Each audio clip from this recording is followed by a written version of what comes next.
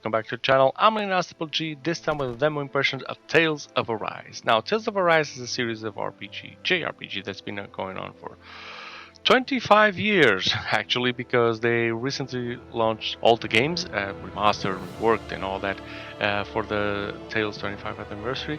There's some good, some bad, but I think if you're a fan, you'll definitely want to try them all.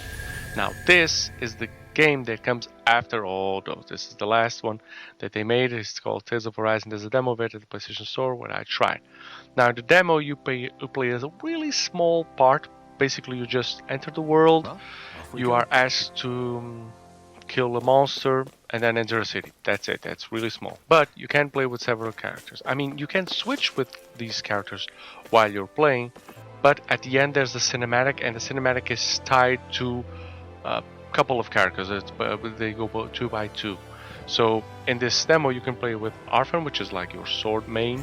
There's Shionne. She uses a gun, and she's like a summoner. She's the magician. There's Rena, which is another magician, but she's kind of a junior magician. She's a little bit weaker. There's Law, which is the martial artist. There's Kisara, which is like the tank of the game, and there's Dahna. Dahna is the mage. So you can play with each one. At the end, they will give you cinematics for couples of 2 and 2.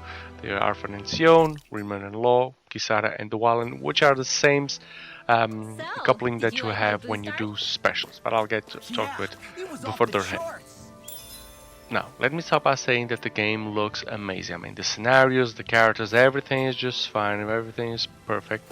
I think that the character design could be more anime. They're kind of in between the sculpture and the anime look. I like the Genshin Impact aspect of games now. Not all of them are like this. This is one of them. This kind of in between the two, but it still works. The scenarios are really well made. I mean, you can see the grass, the leaves. You can see the other monsters actually roaming around, so you will never bump into a monster without knowing. Maybe they'll chase you. That could happen. But you can see that the universe is alive. This entire scenario is alive. It's not just a map with a little dot for you to travel on. No, you can really do this.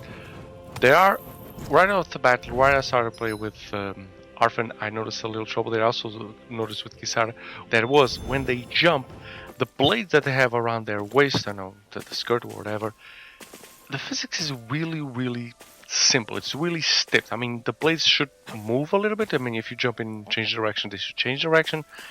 If you land on an even surface, or you land first on one feet and then the other, the blades should be different. But they really seem like this flat kind of thing, which really caught my eye, and I was like, this should be more polished. I mean, it's a detail. I know it's a detail, but it's a detail that you notice the first time you jump with a character. So yeah, I found out about that. As you travel along, the characters will start talking to you on off-screen, for instance, and they will give several dialogues. It was just pretty funny to hear, while you're traveling to the street. Instead of just being running, the characters actually mention something about the scenario, something about each other. There, it's interesting. There's a particular one with Rena and Kisara that's particularly funny to hear. I hope I can include it here in the footage. This should be a good place to fight. Wow, Kisara, it's so big. You're talking about my shield, right? But then, when you talk to a character, their voices go away. It just text, and I was like, "Oh, they were just talking." I mean, walking around, they have voiceover in the background, and when I'm talking to a character, they don't. I just have text. Seems a little bit. I mean, it seems that it shouldn't be like that, but okay. Then, while you're traveling to another place, the R1 prompt will appear, and this is to have a proper interaction with your characters. And when you press, you have a small cutscene. Now here, you do have voiceover and animation and all that. What do you mean, where does it come And I was like, from? so I have background voice. I don't have anything when I talk to NPCs, but then I have this. And this isn't really a cutscene. It's more like a comic script, a comic page appearing, and there's a little bit of interaction. I mean, not really. Sure, it's something different. It's something that pops your eye, but just I don't know. I think I prefer to have proper interaction with a cinematic than these slides always happening all the time. I mean, they're cool at first, but then after a while you just I just stop prioritizing R1 because also when you camp at the end of the day or when you want to rest, you can also activate all of these small cutscenes at once. I mean, you don't have to, while you're playing, to activate them. You can just wait until you camp and then watch all the cutscenes and what everybody says about, I don't know, the boss that you're going to fight or the battle that you just have and something like that. Also, I think campfires and resting, I think, is a very crucial, important part of this game because when you do this, you have a hunger meter. There's a meter right next to the map that shows that, the more you travel, that thing goes down and down and down, and when it gets empty, characters will start saying we need to rest, we're tired, or we need to get some food and something like that. So you really need to think about the length of travel that you're going to do and how many times you're going to fight enemies, because the more you fight, the more famished they will become. So yeah, I think it's interesting that they put this mechanic, but I just don't know how far it will go, because many types of RPGs you're doing big battles or big progressions against many enemies to level up your characters, and if you have to stop every time to camp and then come back the next day or come back a little bit later, it might be a little bit troublesome. Also, each time you camp, one of the characters can cook. Each one of these has their own signature dishes, which give you some buffs and some other perks, which is interesting. I thought it was interesting. I mean, it's not something that you need to master or anything, but I think it's cool that each character has its own signature style and dish. Also, around the campfire is a good time to check your inventory, check the equipment between all of the party members, maybe switch leaders, which you can also do here. I don't know exactly what the perks are for having different leaders. I think it could be tied to strategies, maybe. I don't know, but it's cool to have this kind of flexibility in the game. One thing I didn't like is that if you go just to the tab of equipment, you can't see who has what. You need to go to each individual team member and see what they have equipped. If you want to change, for instance, a ring or some kind of power-up or a necklace between the characters, you really have to go one by one, unequipped and equipped. You don't have, at least not in the demo, I didn't find a way to do this between the whole 6 party members. I thought I could do it in equipment by removing one and give it the amulet that I think is stronger to the main character and something like that. But in equipment you don't have that. You just have that. You just says that it's equipped, but it doesn't say in who.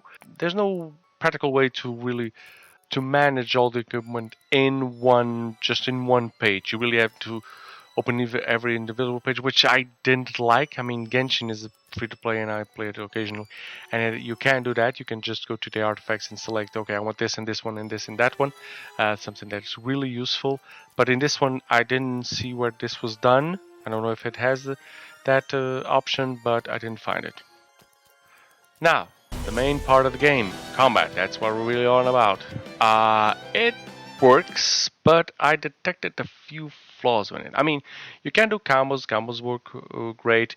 You can use your arrows to summon your friend to do their specials.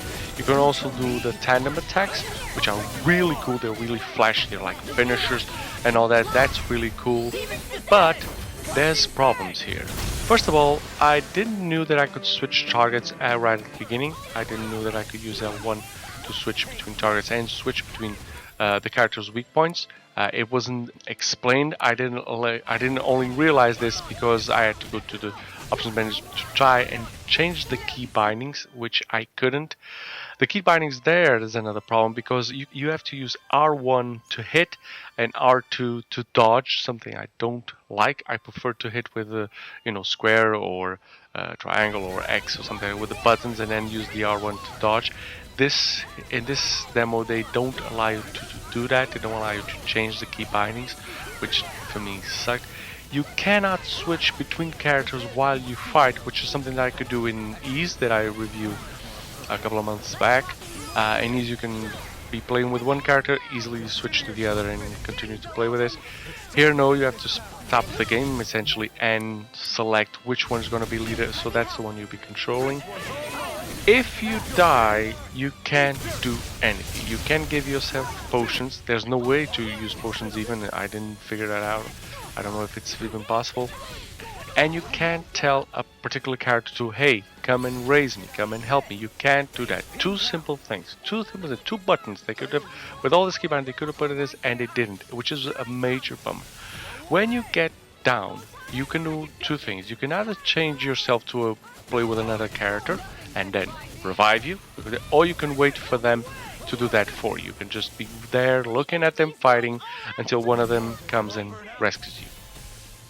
I really didn't like this. I think this process should be streamlined. It could be a better way, maybe even if you can't change party, if you can change the character, just change the leader isn't enough because you still have a man down and you have to go and revive him. It should have been like a simple, press the button, take a potion, press the button, take a card to revive you. Now you can mitigate this with strategy. Strategy is something that you can select on the menu that will tell each character what they should do once you're down or against a particular enemy or in a particular situation. But this feels a lot like coding. You really need to understand the game and the levels to really know what you want to put here, what you want each character to do, if you want him to use a potion, if you want to use a special. There's 4 of them. There's play moderately, there's play aggressively, and play for defense. Eventually, I just had to put the game strategy on defense because I was getting killed a lot, and all I could do was just look at the other characters. I didn't want to switch because then I wouldn't see the final trailer. But yeah, combat-wise, it's rather tricky. I mean, it gets a little bit used to. It wasn't really streamlined like in other RPGs that I played. And also the enemies. Now the enemies, some of them have weak spots and you can switch between the enemies in the weak spots. If you can switch, and when you switch the game pauses, that's good. I mean, it breaks the rhythm a little bit, sure. But if you're gonna have a lot of enemies, especially with weak points, you might want to focus on one thing or another. And here is where the strategy comes in. I mean, maybe you want to have characters hitting the weak ones or the weak spot. So if you want to strategize while you're playing, you have to have this kind of a pause. So I'm not really against it. What I am against a little bit is that the enemies have no way of telegraphing. I mean, many times I was waiting for them to attack to see like maybe they will flash red, maybe there will be a flash in their eyes, maybe the blade would shine or something, and you don't have that. And it's a problem because if you dodge at the right moment, you have an opening to attack them. But if you don't know where they're going to attack, I mean, there's nothing like you see in Tarot or other games, which is like a red strip on the ground, so you know when they're going to attack. There's at least 2 enemies here that rush at you, they just run at you, and you have no indication when this is going to happen. I mean, they don't really make like a flash of light or something like that. And because there's already a lot of flashes of light, because there's 4 characters hitting the enemy with their own specials, with their own combos, everything gets mixed up. So if you want to try to, really make this action combat with him, you really can't. You just have to spam your attacks over and over again, maybe get it out of the way, maybe hit him from behind as much as you can, but you can't really like strategize, okay, I'm going to dodge and then it's going to be open and I'm going to attack and then I'm going to switch this character something like that. No, it's just hit, once the specials are open, use the specials, hit, and so on, and rinse and repeat the same thing.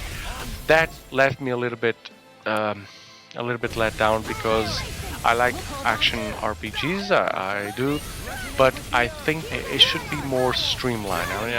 I mean, they put everything on the AI of the characters and the AI of the strategy, and they left the player with very little that he can control. So, mixed feelings about that. Maybe it'll get better at the end because, again, this is a small demo. I only had a couple of hours with it. I did try every character that I could, but, I didn't see any difference between one and the other. I mean, the main character does have a super special, but I didn't even realize how the hell that was done. He did it just because when I was playing with other characters, he did that special, and that was cool. But, if you see that the enemy is moving, you are not going to use the special. But if you don't know when the heal will be moving, you're just going to spam everything that you can.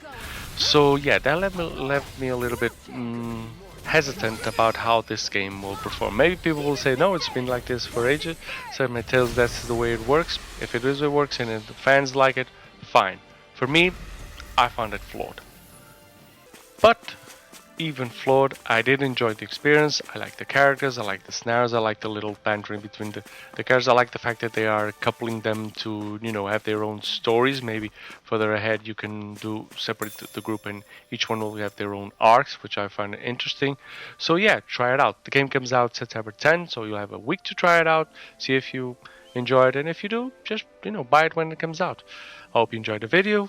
If you did, please like and subscribe, and as always, have a great game, guys.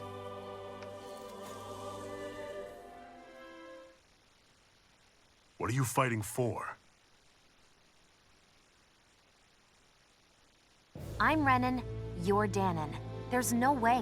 What could a Dahna like you possibly gain from helping a Renan like me? You really can't feel pain? It's just another thing I don't have. I don't remember anything about my past. A man numb to pain, and a woman whose very touch deals nothing but. You're wrong. You think this curse is some kind of great ability? Ball's in your court, soldier. What do you say? I want to fight. To live and taste freedom! Let us finish this. We've got a better chance working together.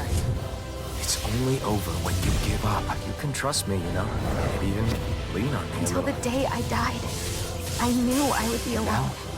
I wish we had never met. Then I wouldn't have to feel this way.